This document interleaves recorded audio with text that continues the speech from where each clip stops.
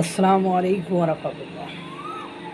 এরকম রাজনৈতিক অপরিণামদর্শিতা, অদূরদর্শিতা, দৈন্যতার পরিচয় দিলে সেসব নেতাকর্মীদেরকে সেসব রাজনৈতিক দলের আর জনপ্রিয়তা থাকে?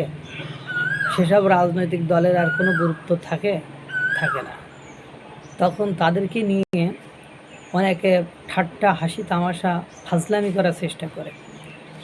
আওয়ামী লীগ নিষিদ্ধের সাময়িকভাবে নিষিদ্ধের পর থেকে বিএনপির নেতাদের বক্তব্য, তাদের কথাবার্তা শুনে অন্যান্য রাজনৈতিক দলের নেতাকর্মীরা, ইউটিউবাররা সবাই হাসি ঠাট্টা ফাজলামি শুরু করেছে।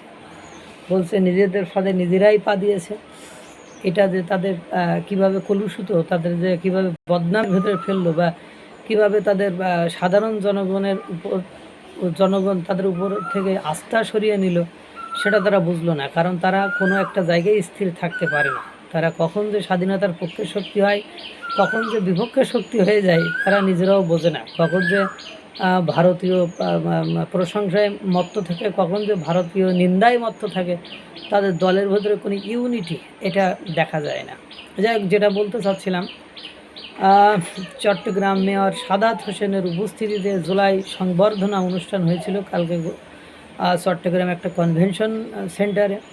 কিন্তু দুর্ভাগ্য হলেও সত্য যে চট্টগ্রামের মেয়রের সামনেই কালকে সেখানে জুলাই সংবর্ধনা অনুষ্ঠানে হাতাহাতি হয়েছে। এবং আমি দেখলাম যে ওখানে মাইক নিয়ে চট্টগ্রামের যিনি মেয়র সাদাত হোসেন, তিনি বারবার অনুরোধ করছেন কারণ তার কিন্তু সামনে উপবিষ্ট জুলাই সংবর্ধনের জুলাইয়ের আহতরা তাকে থোড়াই কেয়ার করলো, মানে অর্থাৎ তাকে পাত্তাই দিল না। সে যে একজন নেতা, সে যে একজন মেয়র, সে যে একজন ক্ষমতাবান ব্যক্তি, মানে তিনি একজন সম্মানিত ব্যক্তি, তার কথাটাকে থোড়াই কেয়ার করলো, মানে পাত্তাই দিল না। এলাকার পাতি নেতার যেমন অবস্থা, চট্টগ্রাম মেয়রের ঠিক সেম অবস্থা। মানে তিনি যে একজন নেতা, তিনি যে একজন মানে জনগণের প্রতিনিধি, তিনি যে মানে চট্টগ্রামের অভিভাবক, এটা তার সাথে যে ধরনের আচরণ করলো, তাতে বোঝা গেল যে তার কোনো মূল্যই নেই। তার সামনেই পাবলিক হাতাহাতি করলো, তার সামনেই